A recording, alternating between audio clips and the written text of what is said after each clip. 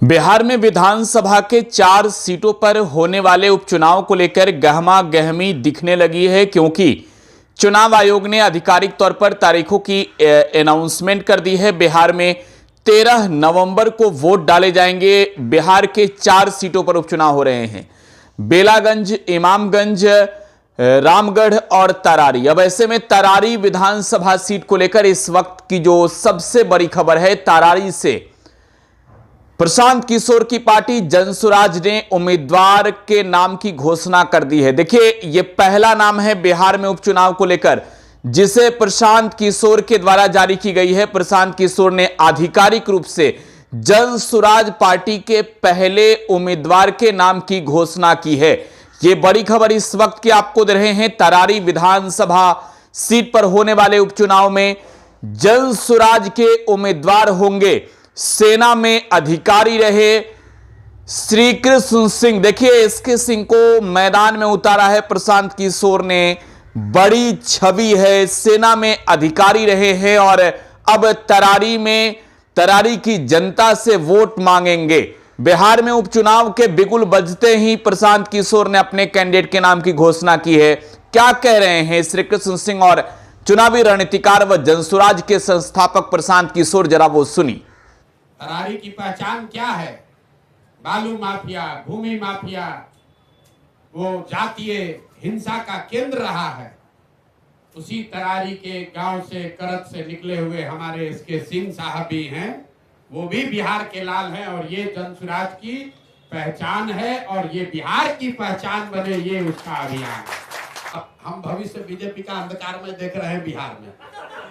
बिहार में बीजेपी का भविष्य अंधकारमय है।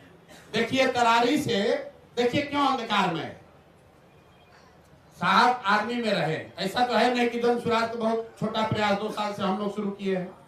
भाजपा जैसे दलों के पास, राजद के पास, सुशासन की बात करने वाले जदयू के पास ये मौका था कि करड़ के इस लाल को आगे बढ़ाते, वहां से चुनाव लड़ाते। लेकिन भाजपा किसको चुना है? किसको चुना है भाजपा भाई? किसका नाम बताइए जरा जोर से। नाम अनाउंसमेंट नहीं हुआ है? नहीं, आप लोगों को मालूम है कौन लड़ेगा चुनाव? तो जैसा चुना है वैसा भरेगा। तो आप ऐसा है, हम भाजपा का हम थोड़े टिकट जारी करते हैं भाई। वहां से कौन लड़ता रहा है वो आपको मालूम है।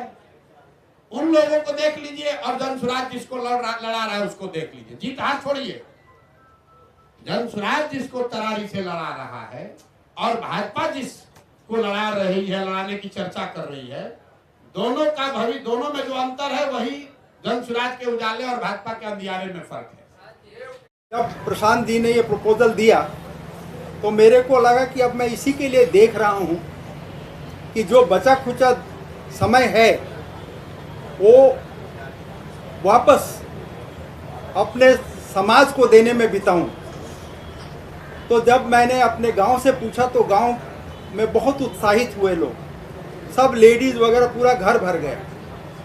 सबका यही था कि बबुआ तू जा, हमनी के लाइफ अच्छा करो। ये जो है ये दिल को छूने वाली बात है। एक हमारे कर्नल साहब थे राजेश सिंह, तो उन्होंने मेरे को फ़ोन किया कि सर हम आपके गांव गए थे और उससे पीरों में पूछ रहे थे कि करत गांव जाने का रास्ता कौन सा है। तो उस लड़के ने बोला, अच्छा आप जनरल साहब के गांव जाना चाहते हैं? दिल्ली, नोएडा जहां मैं ये था वहां कोई नहीं जानता मेरे को, लेकिन यहाँ अभी भी मेरे को लोग उतनी प्यार और इज्जत से याद करते हैं। अभी मेरा समय है कि उस प्यार और इज्जत को वापस करूं। बच्चे मेरे सेटल हो गए हैं, वाइफ नहीं है, तो अब मैं अपना समय सेवा में उस समाज को देना चाहता हूं जिन्होंने मेरे को इस लायक बनाया। For me, brothers and sisters of press, it is a time to pay back to the society which has made me what it is, and to ensure the growth of Bihar on the models and on the dreams of Prashant ji. a very clean and healthy politics so that our country and our state and our district and villages do as well.